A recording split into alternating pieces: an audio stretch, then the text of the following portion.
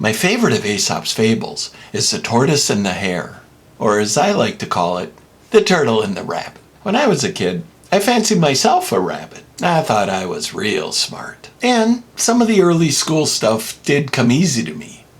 So I decided pretty early on that I could get by with less.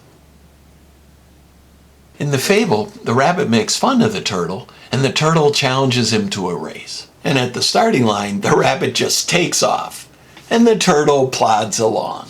The rabbit gets so far ahead that he decides to take a break. So he sits down by a tree, catches a nap. But by the time he wakes up, the turtle has passed him by and crosses the finish line. I have spent my entire life watching everybody pass me by, one after another.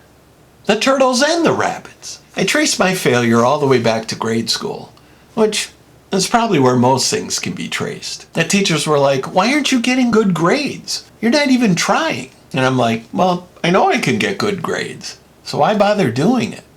I'll buckle down when I get to high school. You know, when it really counts. And then I got to high school and discovered more fun than I'd ever had in my life. Suddenly that history book didn't have the same intoxicating allure. I also got real good at skipping out. You know, if there's one thing in this life you do not want to get good at, it's skipping out or not showing up. They say showing up is 80% of life, and they're damn right. I was having so much fun in high school, I didn't care about getting A's or even trying. I remember thinking, well, I'm not going to Harvard, so I don't need Harvard grades. I'm going to UW Milwaukee, all right? As long as I don't stab the interviewer in the eye, I'm gonna get in. And then I got into college, and they didn't even take attendance back then. So, you know, that was the end of that. Eventually, I just dropped out and never got my degree, which I guess I'd been training for my whole life. All of this is a good example of how bad habits are formed and how much damage they can do. Getting by with less makes us less.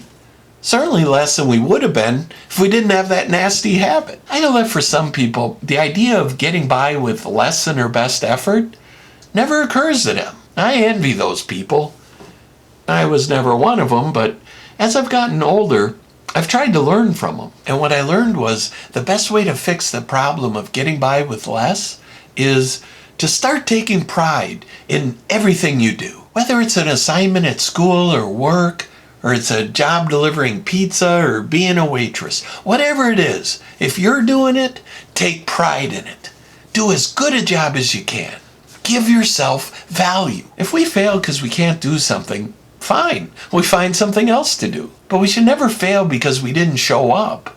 Or when we did a half-assed job. You know, it doesn't take that much more effort to try and be good at something as it does to just phone it in. In the end, it takes even less effort because we'll get ahead faster. So if your third grader wants to know why it's so important that he or she does their social studies homework, you tell them it's because what they're doing now is setting up habits that they're going to have and follow maybe for the rest of their life.